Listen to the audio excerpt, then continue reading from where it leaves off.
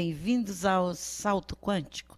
Meu nome é Raide Castro e todas as terças eu estou aqui para a gente levar um papo sobre assuntos muito relevantes, muito interessantes, que a gente fica muito feliz de saber. Então, hoje eu estou aqui para falar de um assunto assim pertinente a todas as pessoas que existem, né?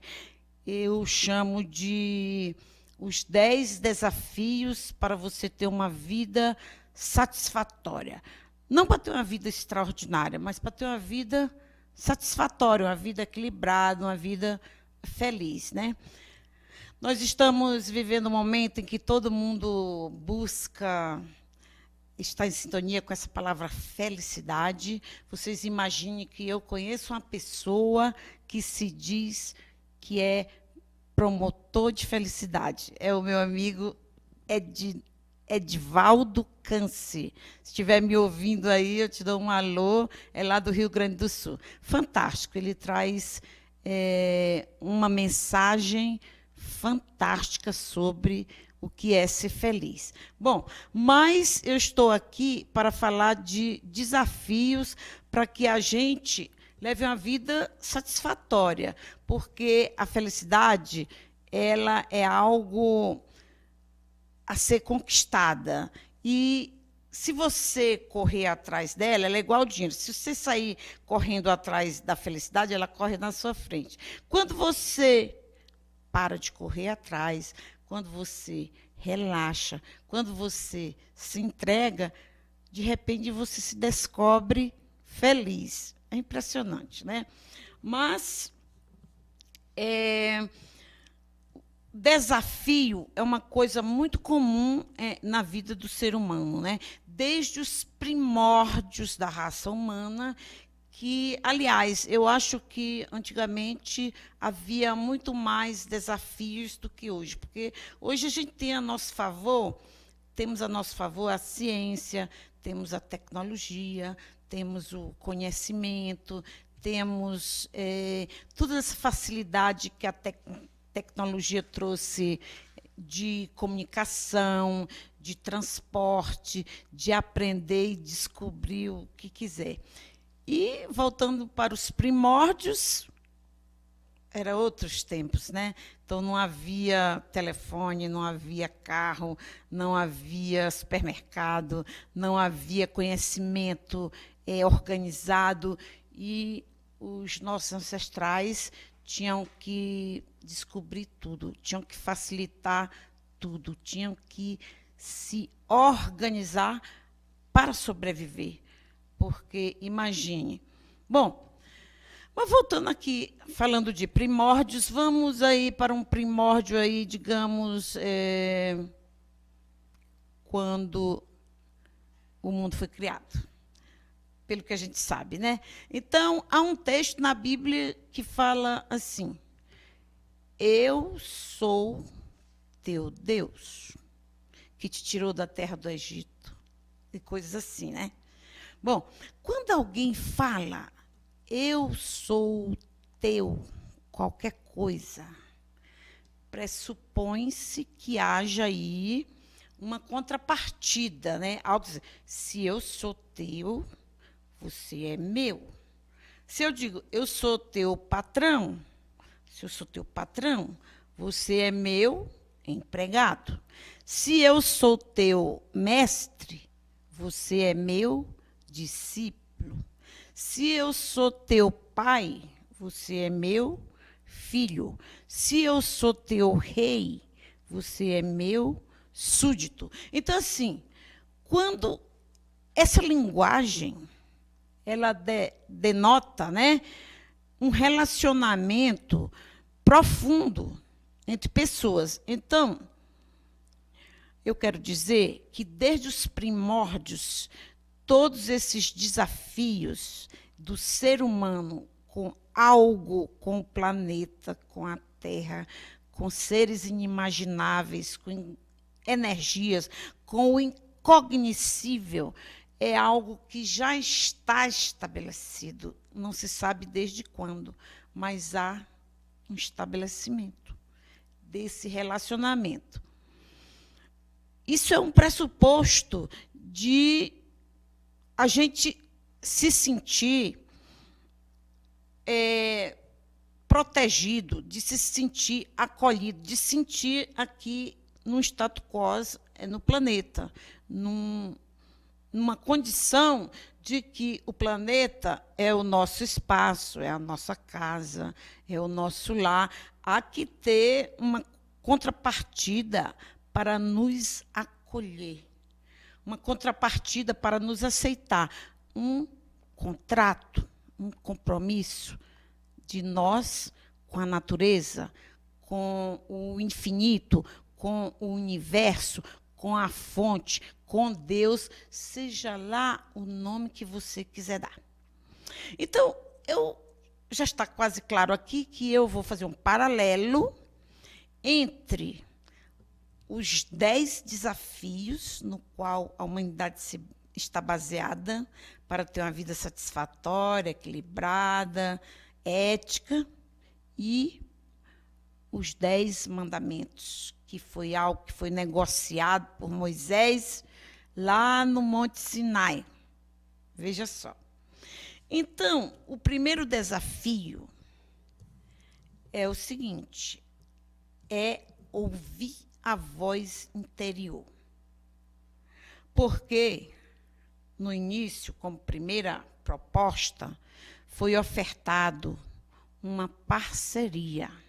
Foi ofertada uma parceria. Olha, eu sou o teu Deus que te tirou da terra do Egito e te colocou num lugar onde você vai viver bem. Isso foi no Sinai, né? Foi Moisés se retirou para ir falar com Deus e voltou com essa proposta. O que acontece? Como eu estou dizendo, o ser humano ele espera estar acolhido por algo. O ser humano ele não aceita algo inóspito, né?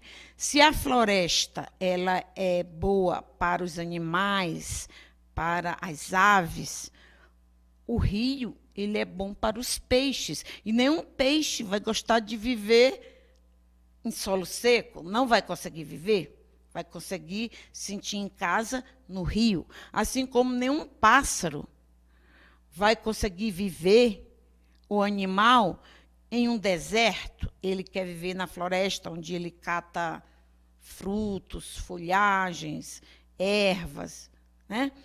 Então, há essa necessidade de uma troca, de um compromisso, de um comprometimento, de uma parceria. E essa parceria foi colocada como primeiro desafio, ou, se quiser chamar, mandamento. A palavra mandamento hoje, ela não é muito bem aceita, porque fala-se muito de liberdade. E quem é livre não quer ser mandado de jeito nenhum. Nem as pessoas estão escravizadas pelo sistema, tem que trabalhar, trabalhar, trabalhar, e não pode ouvir essa palavra, mandou. Chefe não pode mais mandar. Agora tem líder. O líder ele convida as pessoas a segui-lo. Mesmo que isto seja uma ilusão, nós estamos vivendo num momento em que as palavras têm seu próprio significado. Então, por isso, vamos mudar para desafio.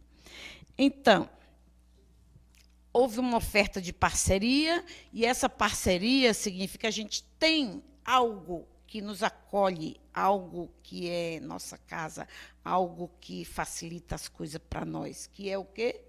É tudo, é o todo, é o meio ambiente, é a natureza, é a divindade, é a espiritualidade, é o planeta, é tudo. O nosso desafio é o quê, então? É aceitar isso e manter isso, porque, a princípio, o ponto de vista judaico-cristão trouxe uma ideia de que o homem nasceu para explorar a natureza, que a natureza existe para ser dominada. E, em nenhum momento, impressionante que na Bíblia não se fala de cuidar da natureza. Fala sim, eu estou falando aqui, mas fala sobre a história da Terra, que, depois de plantar a terra por 7 anos, tinha que dar um ano sem plantar, para que a terra pudesse se recuperar. É verdade, me lembrei aqui agora. Mas não era tanto como é hoje essa preocupação ambiental, porque, de repente, nos demos conta de que a gente está numa nave e todo mundo é tripulante. Não tem para onde ir, não dá para descer, não tem um bote para a gente descer se essa nave tiver algum problema, alguma avaria. Então, o que acontece? Todos temos que cuidar dela, né? Bom, então, a nossa contrapartida, o nosso desafio é cuidar disso que a gente recebeu. É como se você chega para uma pessoa e diz assim: olha, eu moro nos Estados Unidos, eu tenho essa casa aqui maravilhosa, com um lago aqui no fundo, com um jardim maravilhoso, então eu vou te dar para você morar e você vai ter que cuidar. Quando eu voltar, eu quero encontrar melhor ou igual. É quase assim, a gente recebeu este planeta, recebeu essa parceria, recebeu esse convite para cuidar disso e temos que cuidar mesmo, né? Bom, partindo para o segundo desafio, eu diria que o segundo desafio seria romper caminhos e hábitos improdutivos. Bom, se a gente for lá na Bíblia e ver como foi construído esse segundo desafio, que é também chamado de segundo mandamento, foi colocado assim: não adorarás outros deuses, né, ou ídolos, né? Foi colocado isso, mas na verdade, a gente pode interpretar, trazendo para os nossos dias, de que a gente tem que escolher. A gente não pode, digamos assim, ter tudo aqui. A gente não pode, digamos assim, ter tudo que a gente sonhou. Não podemos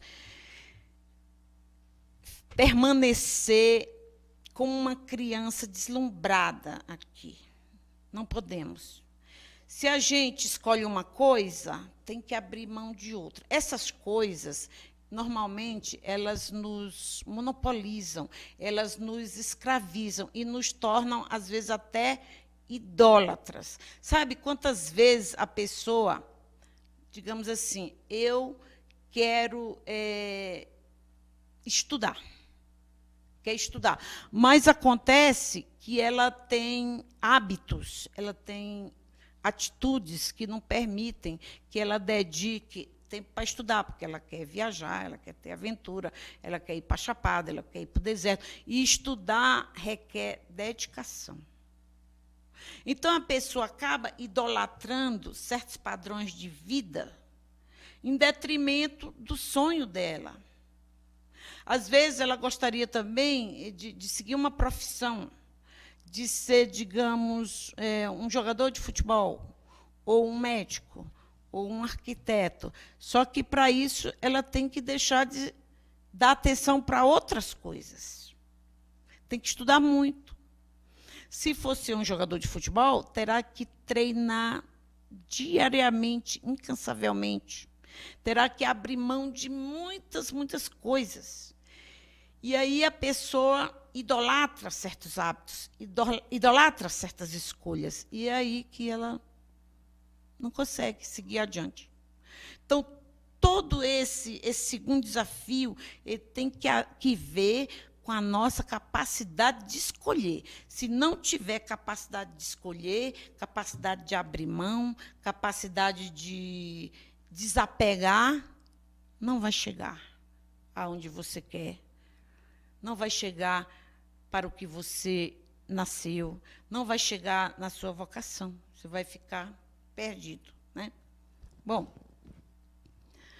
o terceiro tem a ver com aprender a controlar a raiva, a insegurança e a hipocrisia. Mas o que é que está na Bíblia. O que está escrito lá? Que tem a ver com raiva, com insegurança e com hipocrisia.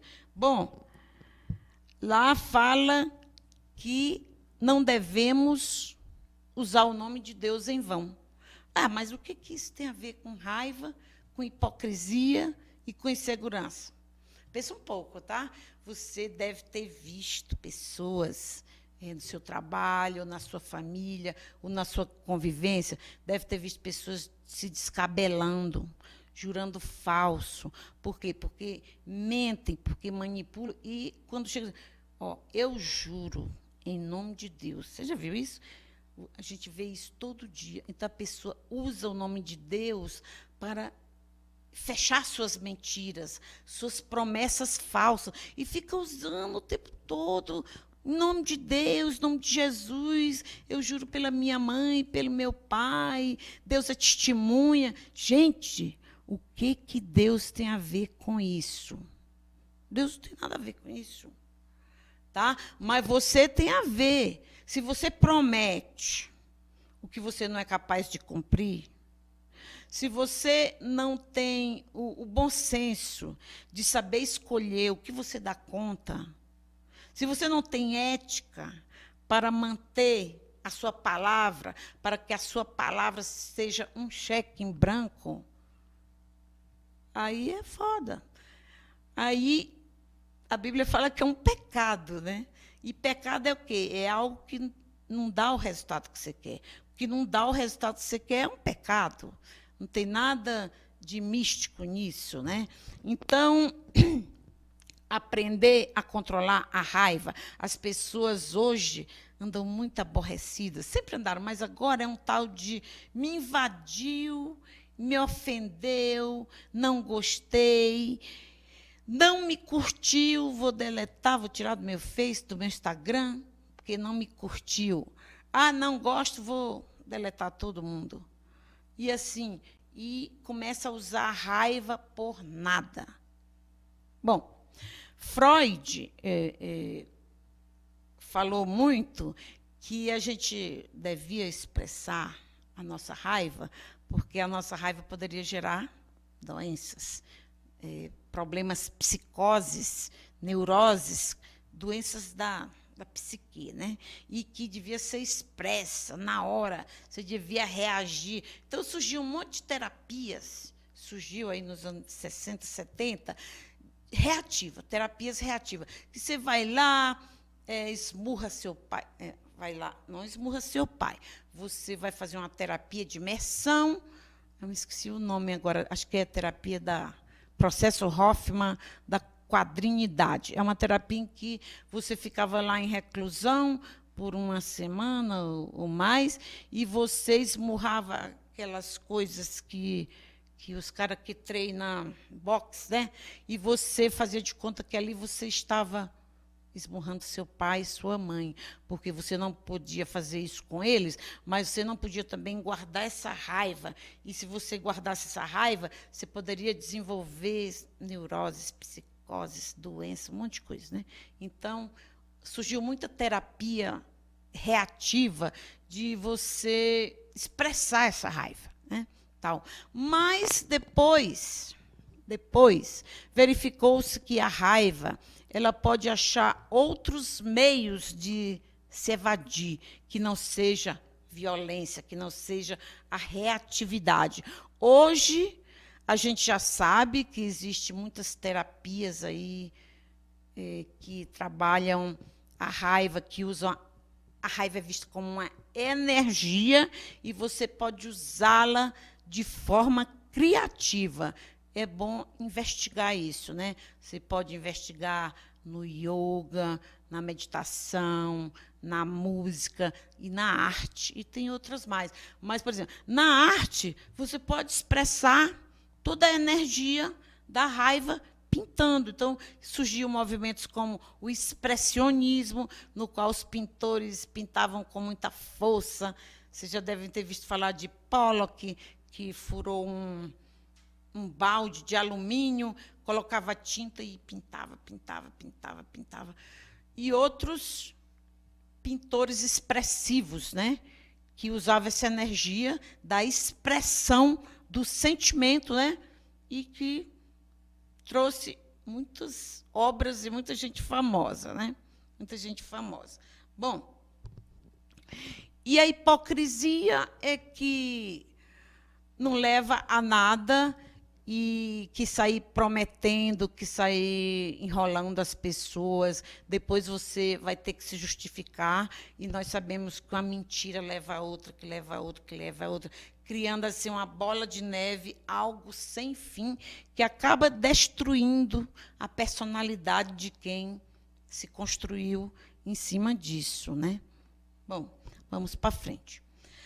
Temos também um quarto desafio que tem a ver com nos livrar das pressões do dia a dia, né? Sabe que hoje conviver no mundo maravilhoso que a gente está num mundo maravilhoso. A gente fala com quem quiser, na hora que quiser, a gente se desloca em poucos minutos, a gente tem carros maravilhosos, velocíssimos, né? Equipados para ser assim uma sala de conforto, né? Nós temos casas inteligentes, temos TV, Netflix. Ninguém precisa mais sair de casa para se divertir, mas se quiser pode sair e se diverte mais ainda na rua. Mas se você ficar em casa, você nem sente falta de rua, nem de clube, nem de cinema, você vê tudo em casa. Então vivemos assim uma época assim sem par na história da humanidade, em que coisas maravilhosas estão à nossa disposição, comidas pré-processadas que você faz em 10, 15 minutos, você faz seu prato. Você imagina, há 100 anos atrás, agora eu me lembro, se alguém queria comer arroz, sabe o que tinha que fazer? Tinha que pegar o arroz, levar para o pilão, e aí tinha que ter uma pessoa para macerar esse arroz. Depois esse arroz era limpo, lavado para ser cozido. A mesma coisa era o café. Tinha que colher o café, torrar, depois moer para passar o café. Queria leite? Esse eu me lembro. Tinham vacas na minha casa, na minha infância. Então, a minha mãe ia lá e tirava o leite das vacas, ali, puro, puro, puro, trazia, fervia e a gente comia. Gente, não é 100 anos atrás, 50 anos atrás, 60 anos atrás. Era assim que a gente vivia. E hoje a gente está aí, parece que todo mundo vive num hotel 5 estrelas. Toda casa, por mais simples que sejam, tem lá um monte de ferramenta, um monte de máquina, tem panelas que cozinham arroz sozinha, tem panelas que fritam frango, tudo assim mastigado. Mas então me diz uma coisa, se a vida está assim tão confortável, por que as pessoas estão angustiadas e estressadas? Nunca vi tanto estresse, tanta doença ligada ao estresse, nunca vi. E o suicídio que está aí, né? Assim, cada dia você vê que tem gente se suicidando, tem campanhas para ver se cessa, se para com o suicídio. E tem também a violência, né? O feminicídio, que está acabando com as mulheres. Parece que quanto mais conforto tem, mais facilidade, mais estresse. Por que será, hein? Vocês têm alguma ideia? Pois é. A vida está cada vez mais fácil e cada vez mais difícil. Bom, eu vou jogar um palpite aqui. Eu acho que exatamente são esses desafios que não... Eles pararam de ser colocados, né? Prega-se uma falsa liberdade. Assim, não, você é livre, você faz o que você quer. Então, há uma teoria aí, os filósofos modernos, eles falam que nós estamos vivendo num mundo líquido. Então, assim, nós vivemos, dizem os filósofos modernos, né, contemporâneos, né, que nós vivemos num mundo assim, onde a fronteira entre as coisas, a fronteira entre os princípios, entre as leis, sumiu. As fronteiras sumiram. Está tudo misturado. Está tudo permeável, né? E esses princípios é o que a gente chama de valores, né? Os valores que no tempo da minha mãe, da sua mãe, do seu avô, eram bem definidos, né? Baseado nestes desafios da Bíblia que eu estou lendo aqui, nestes mandamentos, que os valores do mundo todo são baseados nesse conceito judaico-cristão todo. Então, isso foi diluído, isso foi colocado como a Bíblia é apenas um livro. Você vai ver isso. Se você começar a ver vídeos do YouTube, você vai ouvir isso. É apenas um livro, não é nada mais. Foi compilado por homens, escolheram, e chegou no 4º século, e tiraram uns, e compuseram, colocaram lá conforme a sua conveniência para a igreja e tal. Mas, durante séculos, esses valores determinaram o mundo que existe até hoje. Toda a civilização que a gente conhece, né? Estados Unidos, Europa, a Ásia também é fundamentada em princípios do budismo, né? Do hinduísmo, né? Que também são princípios correlatos que foram construídos há séculos, há muitos séculos atrás, né? Foram construídos e toda a civilização cresceu em cima disso, né? E hoje, na modernidade, esses princípios estão querendo diluí-los, estão querendo dizer, não, isso não é assim, isso pode ser diferente. Vocês podem ver aí, na Câmara dos Deputados, os projetos que estão sendo votados lá, de mudar toda essa construção da família, a construção dos relacionamentos, que o poliamor. Não, tem projetos incríveis lá, que vocês, eu não acredito que existe um projeto desse, de mãe se relacionar com filho, de irmão se relacionar com irmã, de quebrar, assim, todos os paradigmas e transformar tudo num caldo só. E isso tudo gera uma falta de sentido, uma falta de pé no chão, uma falta de discernimento, né?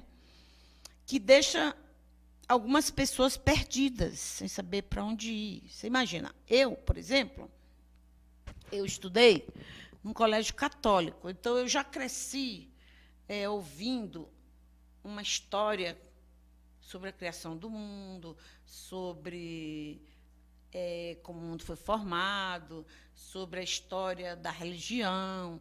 Eu cresci ouvindo isso. Mas uma criança que nasce hoje e vai para a escola, ela é proibida de ouvir isso. Ela não pode ouvir nada disso. Ela vai saber tudo de ciência, o que for possível passar para ela, vai saber as coisas do momento que ela tem que saber. Algumas coisas fala-se até em tirar, tipo, filosofia, ela não tem que ficar perguntando por quê. A filosofia, ela tem hora que ela está, hora não está, e depois tem algumas artes que foram retiradas e que a pessoa não precisa saber, a não ser que ela queira seguir aquilo, ela vai estudar, outros vão estudar em casa e tal. Então, as pessoas estão crescendo noutro mundo. É outro mundo, tá? É um mundo, eu não diria que nem líquido, é um mundo, é um nevoeiro. O mundo que está aí, o mundo que está sendo construído para as crianças, para os jovens, é um mundo assim, tipo nevoeiro, é tipo aquele filme Harry Potter, que você não sabe o que está lá depois da fumaça. E você sabe o que está aqui, mas o que está depois da fumaça, você não sabe o que tem. Se é um abismo, se é um demônio, se é uma igreja, se é um prado, se é uma coisa segura ou não segura. Então, a gente está vivendo isso hoje e a gente tem o desafio de...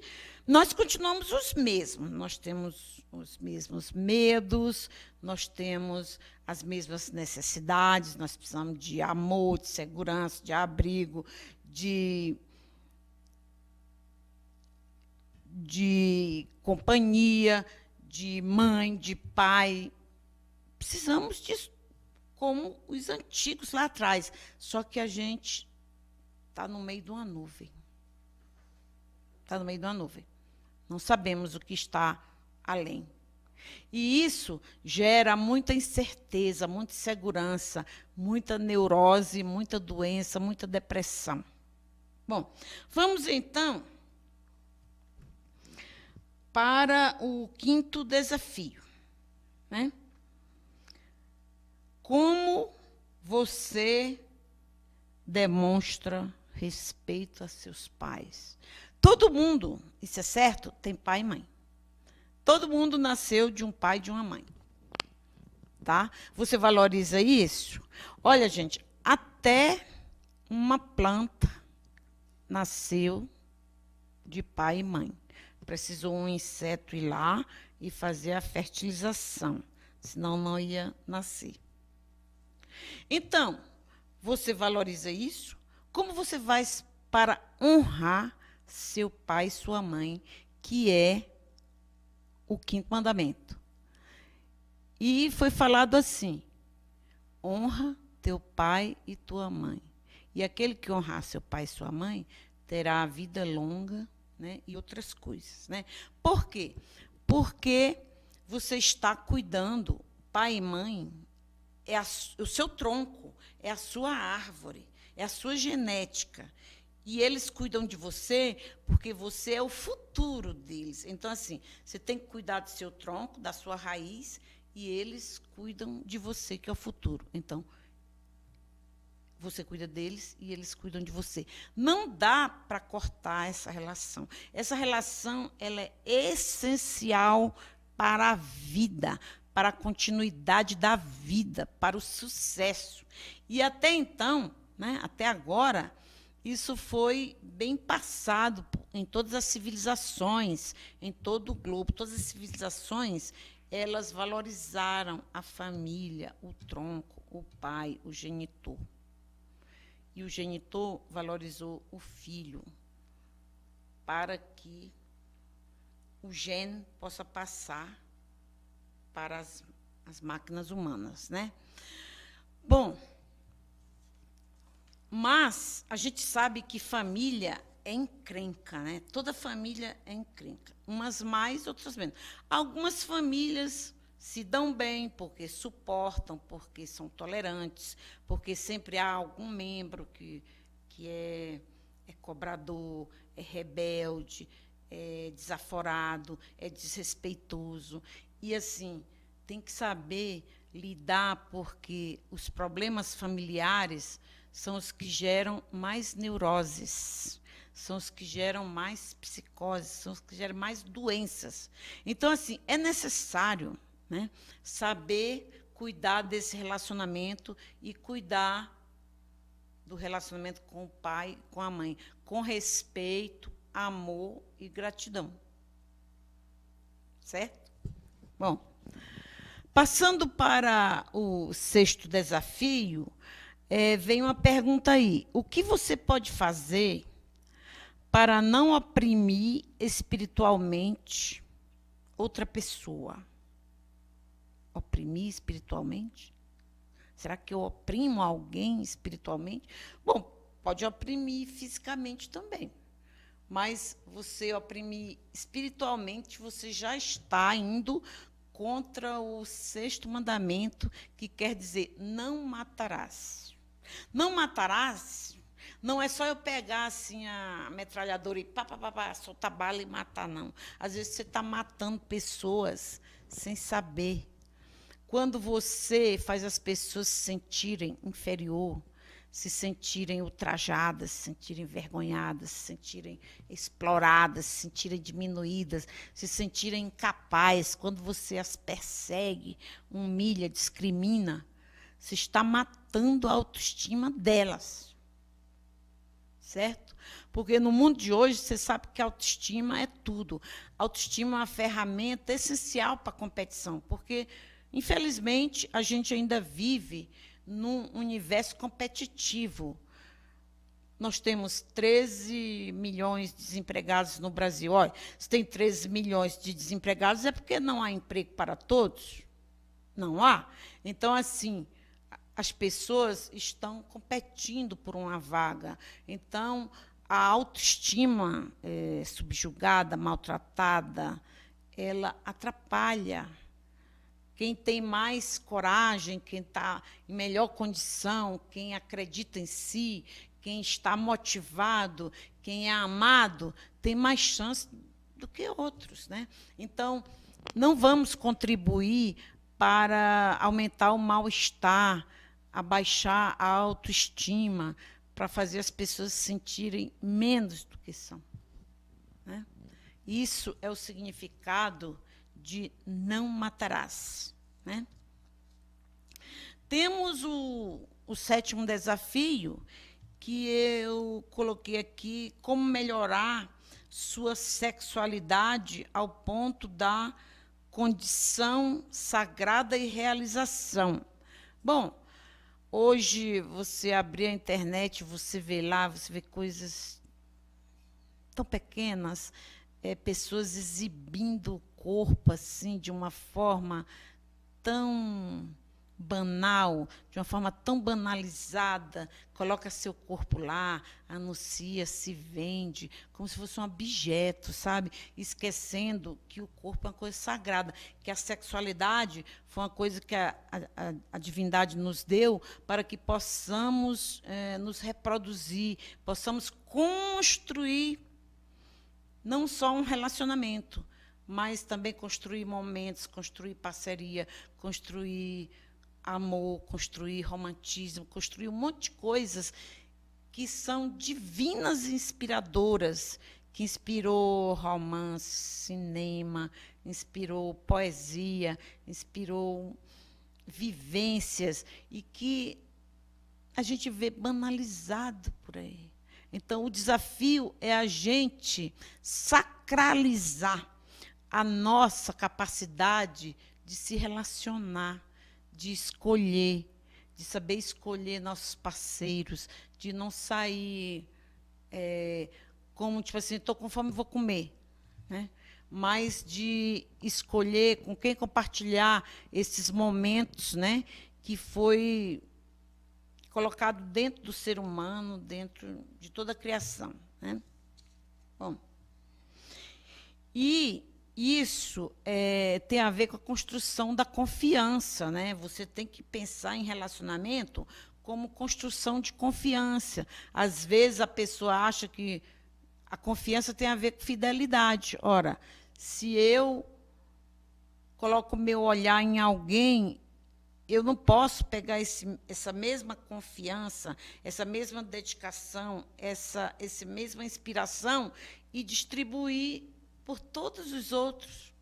Não tem sentido isso, né? Então, escolher, desenvolver fidelidade. Fidelidade é bonita quando é uma coisa firmada.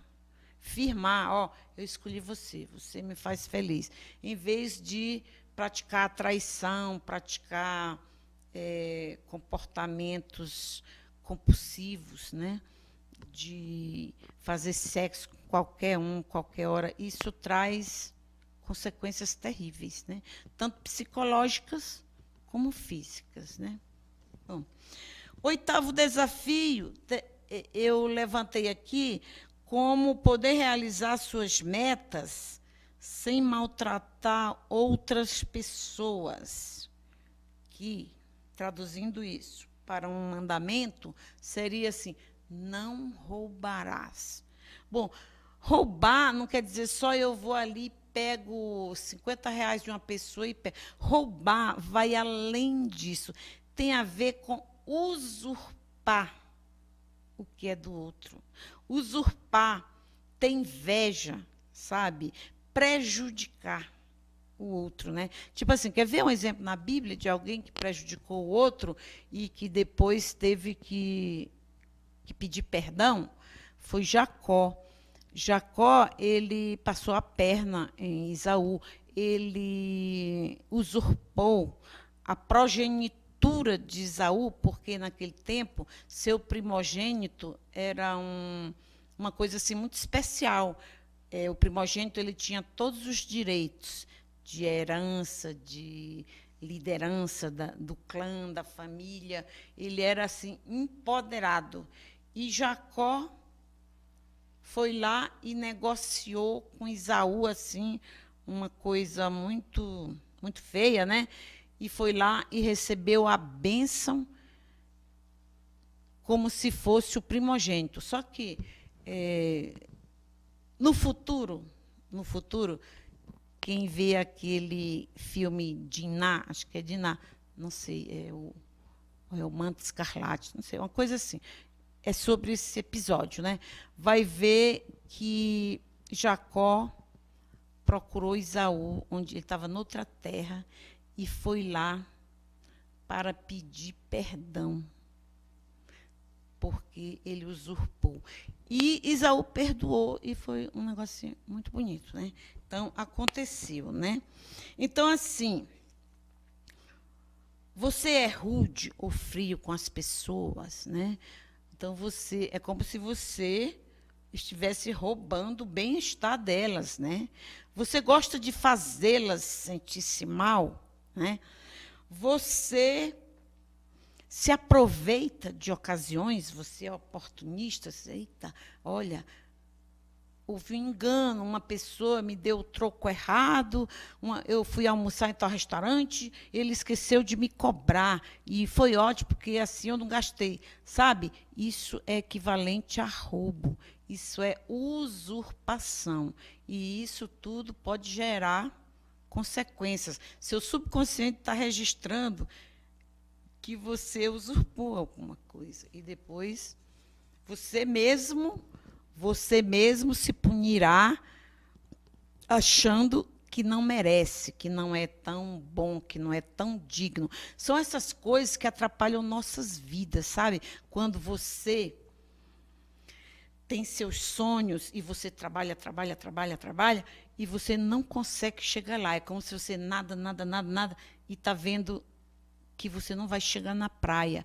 Mas, às vezes, você tem culpas inconscientes, você tem karmas que você agiu dessa forma e você mesmo está dizendo lá que fez coisas erradas, que não devia ter feito aquilo. E isso vai te atrasar, vai te tornar uma pessoa imerecedora do que você está correndo atrás. Então, você tem que ver isso dentro de você, se você age assim, e corrigir e ser uma pessoa honesta, sabe? Honestidade. Honestidade não é para com os outros, é para com você mesmo. Então, isso é um desafio. Ser honesto hoje é um desafio grande, né? E que tem a ver com o mandamento lá do tempo de Moisés, né? Bom, às vezes tem gente que se dá bem, algo que acontece assim, de sorte. Eu tive sorte, tal. Isso não é sorte, isso é oportunidade, oportunismo, né? Fura fila, aquela velha história do jeitinho brasileiro, tudo isso vão gerar conteúdos negativos, conteúdos kármicos, os quais vai fazer você mesmo se achar imerecedor do que você quer. Veja bem, hein? É algo a pensar. Nono desafio. Esse aqui é muito interessante. Diminuir as conversas que intrigam e magoam. Gente, isso aqui é fofoca, sabe? Olha, sabe que naquele tempo já tinha fofoca? A fofoca, ela é uma coisa assim muito humana. A fofoca, ela existe desde os tempos de Israel no deserto. E lá é o seguinte, uma lei é o seguinte: o fofoqueiro, ele era isolado por 40 dias. Quando a fofoca criava uma confusão e todo mundo sabia quem era, ele era isolado, ficava lá, recolhido, e só depois de 40 dias que ele era chamado para conversar com o sacerdote, para ver se ele se arrependeu e para ser incluído no sistema de novo. Mas, na Bíblia, em algumas versões, está escrito lá que a pessoa era leprosa, os leprosos, mas não eram os leprosos, eram os fofoqueiros, porque os pesquisadores descobriram que não era lepra. A fofoca era considerada uma lepra social. E as pessoas eram isoladas como os leprosos, porque elas estavam contaminando as relações. Então, eu te pergunto, você é fofoqueiro? Você gosta de espalhar as coisas? Você gosta de ser um repeteco do que corre por aí? Quer ver? O YouTube, né? Todo mundo quer uma oportunidade para falar mal do Bolsonaro, para fofocar, para falar mal da primeira-dama, para falar mal do Lula, para falar de outro youtuber, para falar de autoridades, para ridicularizar as pessoas. Aí eu pergunto, mas quem é que ganha com isso? O que, que você ganha com isso? Você ganha quanto? Você se sente bem ridicularizando os outros? Você acha que é justo você pegar algo ridículo que as pessoas estão repetindo, de maldade, e você repetir também, e você passar isso para sua rede e tal? Gente, isso é muito ridículo. Quem que ganha com isso? Ninguém ganha, você também não está ganhando nada. Então, pegue o desafio de rever isso, de analisar isso e de pensar o seguinte. O que eu vou repassar é para o bem ou é para o mal? Qual é a minha intenção ao repassar essa fofoca? Qual é a minha intenção? Trate a fofoca que alguém vier contar para você como segredo. Olha, você sabia que fulano foi demitido? Ah, foi demitido? Beleza. Para aí. Tá? Amanhã pode ser você, pode ser seu filho, pode ser sua filha. Demissão acontece com qualquer um. Ai, fulano está traindo fulano. Tá. Fulano tem compromisso com o marido dela. Ele vai perceber. Ele deve perceber que alguma coisa está mudada. Não sou eu que tenho que fazer fofoca, né? Silenciar. Eu tenho que silenciar tudo o que eu sei? Depende, né? Depende. Você tem que analisar se o seu silêncio é para o bem ou é para o mal. Se silenciar fizer bem, silencia. Se silenciar fizer mal, então fala a verdade. E o 10º desafio, que é sentir-se satisfeito com o que tem. Olha, não há felicidade se você não ficar satisfeito com o que você tem. Buda já falou. Sabe o que gera o sofrimento? É o apego. Você se apega. Eu conheço uma pessoa que falou assim, eu só vou ser feliz quando tiver um carro. Então, até hoje a pessoa não tem um carro, então não vai ser feliz. Então, condicionou. Sabe? Você tem que ser feliz por ser feliz apenas, não pode condicionar. Você tem que ser feliz como você é, com o que você tem. Você tem saúde? Então, agradeça pela saúde, seja grato pela saúde e sinta-se feliz. Ser feliz é gratidão, porque quem está agradecendo é porque não precisa de nada. Quanto mais coisas você necessitar para ser feliz, menos feliz você vai ter, né? Então, uma das melhores estratégias para você ser feliz é parar de se comparar. Não se compare com os outros. Você vê o seu vizinho, meu vizinho tem uma casa grande, meu vizinho tem um carro maravilhoso, ele tem um monte de amigo. Tá, mas você não sabe os desafios que ele tem, né? Ele deve ter muitos desafios. Deve ter uma empresa enorme, cheia de funcionário problemático para cuidar. Deve levantar às 6 da manhã. Deve ser perseguido. Ele pode ter um monte de ação na justiça. O povo querendo tomar o que ele tem. Você só vê o superficial. Então, não se compare. Não se compare. Você é único. Né? Não cobice o que é dos outros. Né? O mandamento é: não cobiçarás o que é do outro. Se você não desejar o que é do outro e ser feliz com o que você tem, caramba, você tem o necessário. Você foi equipado com tudo que você precisa para sobreviver. Quer ver? Já disseram que para a gente viver, a gente precisa, sabe de quê? De um chão para estar pisado, porque a gente não voa, né? Está em pé, pisado no chão, e respirar. Se você estiver com o pé no chão mesmo, não estou falando num chão seu, com uma escritura de cartório, não é isso. Você só precisa pé no chão e respirar. Você já está vivo, você já é capaz de sentir qualquer coisa, de sentir gratidão, de sentir plenitude, de sentir beleza, de sentir... Se respirou, você sente.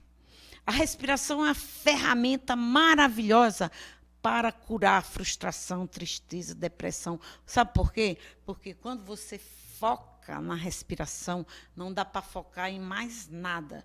Não dá para focar em falta de nada. Não dá para focar em nada disso. Então, está triste? Respira.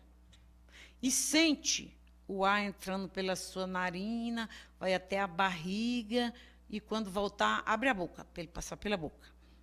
E aí você vai esquecer tudo ali, o resto. Você vai focar em você, no seu corpo, na sua respiração, no famoso aqui e agora, que é o único lugar que importa. O único lugar que importa é o aqui e agora. O resto são outras paragens, né? E se você tiver inveja dos outros, que nós temos inveja, nós somos seres humanos, nós temos coisas negativas, transforme essa inveja numa coisa positiva, né? Você tem inveja da Anitta, porque ela se cuida, porque ela tem muito dinheiro, porque ela tem fama e tal. Então, se cuide também. Cuide do seu corpo, sabe? Cuide do seu corpo, faça exercícios. Você também pode cantar. Por que você não aprende a cantar? Você pode cantar no chuveiro, cantar em casa. Você também pode empreender. Você pode empreender coisas menores, empreender os seus talentos. Faça como ela. Transforme a inveja em coisa positiva, imitando, se inspirando e não se comparando, porque não dá para comparar. As pessoas não são iguais, elas são únicas. E como ser única, cada vez que eu me comparo, eu vou estar sempre inferior ao objeto da minha comparação. Sempre vou estar inferior. Então, é isso que eu queria colocar. E quando você estiver achando que a sua vida vai mal, que você não está conseguindo nada, que você não está evoluindo, que você não está ganhando dinheiro, que a sua empresa não está andando, sabe?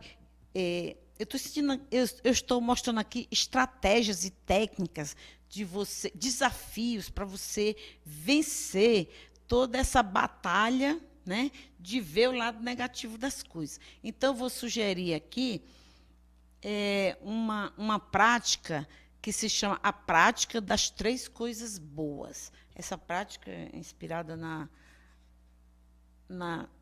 naqueles mestres chineses, né? Não me lembro quem, mas é bem assim.